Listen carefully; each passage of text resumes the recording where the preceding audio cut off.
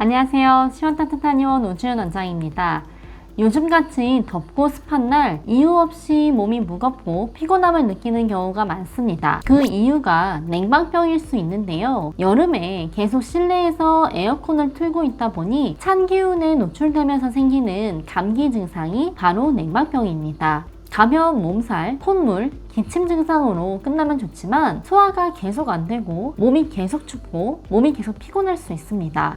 환자분들이 요즘에 왜 이렇게 피곤하죠? 물으실 때 몸 상태를 보고 냉방병이라고 말씀드리면 냉방병이 이렇게 오래 갈 수 있나요? 라는 질문을 많이 하시는데요. 냉방병이 오래되면 단순 감기 증상을 넘어서서 자율신경계가 고장나기 시작합니다. 좀 더 이해하기 쉽게 냉방병이 진행되는 과정을 같이 살펴보겠습니다. 영상 보시면서 왜 이렇게 몸이 힘든지 이해가 되실 겁니다. 첫 번째는 실내와 바깥의 온도차가 많이 나면서 자율신경계에 과부하가 생기는 겁니다. 우리 몸은 일정한 체온을 유지하기 위해서 자율신경이 끊임없이 조절하고 있는데요. 실내에서는 온도가 낮으니까 체온을 높이려고 하고 그 상태로 밖에 나오면 온도가 너무 높으니까 급격하게 체온을 낮춰야 하는 거죠. 그러다가 또 식당이나 카페에 들어가면 온도가 낮으니까 또 급격하게 체온을 높여야 하고요. 이렇게 온도 차이가 계속 나다 보니까 자율신경계 조절 기능에 과부하가 생깁니다. 그러면 오히려 체온 조절 기능이 떨어지고 외부 온도에 적응하기 더 힘들어져요. 그래서 냉방병에 걸리면 더운 날씨를 더 힘들어합니다. 외출을 잠깐 하고 와도 너무 힘들어서 기운이 쭉 빠지는 거죠. 한번 나갔다 오면 진이 빠져서 아무것도 못하겠다 합니다. 이런 증상도 냉방병에 해당됩니다. 두 번째, 차가운 냉기를 계속 맞다 보니까 말초 혈액순환 장애가 생기게 됩니다. 우리 몸의 피부 표면에는 가느다란 말초 혈관들이 혈액을 공급해주고 있거든요. 그런데 에어컨을 계속 쐬고 있으면 혈관이 잔뜩 긴장해서 혈액이 잘 움직이지 못합니다. 우리가 추운 곳에 가면 입술이 파래지는 것처럼 혈액이 잘 못 돌겠죠. 그래서 냉방병이 생기면 수족냉증도 심해지고 머리 시림, 등 시림 증상도 생깁니다. 자율신경이 말초혈관을 수축했다, 이완했다 하는 혈관 운동을 조절하기 때문에 자율신경이 건강할 때는 몸을 좀 따뜻하게 하면 그 시린 증상이 사라지거든요. 그런데 자율신경이 고장나면 몸의 냉기가 사라지지 않습니다. 냉방병이 심해지면 특히 밤에 몸이 많이 춥고 시리거든요. 다른 가족들은 밤에 더워서 난리인데 선풍기 바람도 너무 시려서 쐬지 못하니까 더 힘들어합니다. 세 번째는 복부의 온도가 내려가면서 냉방병이 심해집니다. 에어컨을 계속 쐬고 있으면 피부뿐만 아니라 복부 온도까지 내려갑니다. 배가 차지면 자율신경 조절 기능도 떨어져서 위장 운동이 잘 안 되거든요.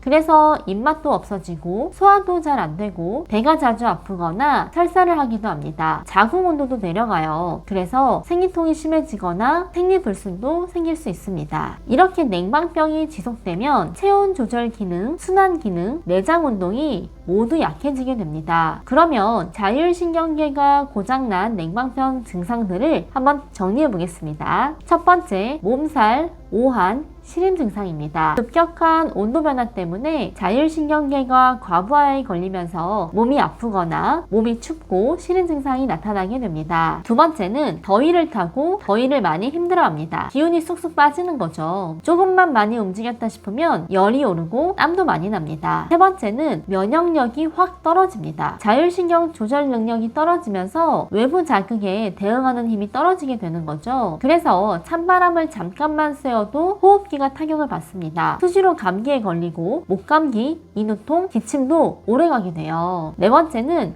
위장 기능이 떨어집니다. 입맛도 없고 소화도 잘 안 되고 흡수도 잘 안 되어서 설사도 잘 하게 됩니다. 다섯 번째, 순환도 잘 안 되죠. 몸이 붓고 무겁습니다. 머리도 무겁고 어지럼증도 자주 생길 수 있어요. 마지막으로는 피로가 심해집니다. 잠을 자고 일어나도 개운하지도 않고 몸이 계속 피곤함을 느끼는 거죠. 그래서 내가 왜 이렇게 피곤할까 싶을 때는 냉방병을 의심해 보셔야 합니다. 이럴 때 자율신경 기능을 회복해주면 냉방병도 이겨내고 몸도 회복할 수 있습니다. 냉방병이 의심될 때는 빠르게 한의원에 가셔서 치료를 받으시는 것을 추천드립니다. 몸을 순환시키는 데 침치료가 도움이 되거든요. 그리고 증상이 오래 지속될 때는 자율신경 기능이 많이 떨어진 상태라서 체질과 증상에 맞춰서 한약을 처방받으시는 것이 좋습니다. 그러면 냉방병은 어떻게 하면 예방할 수 있을까요? 첫 번째, 온도 편차를 줄여주세요. 몸이 너무 추운 것도 너무 더운 것도 안 좋습니다. 실내 온도는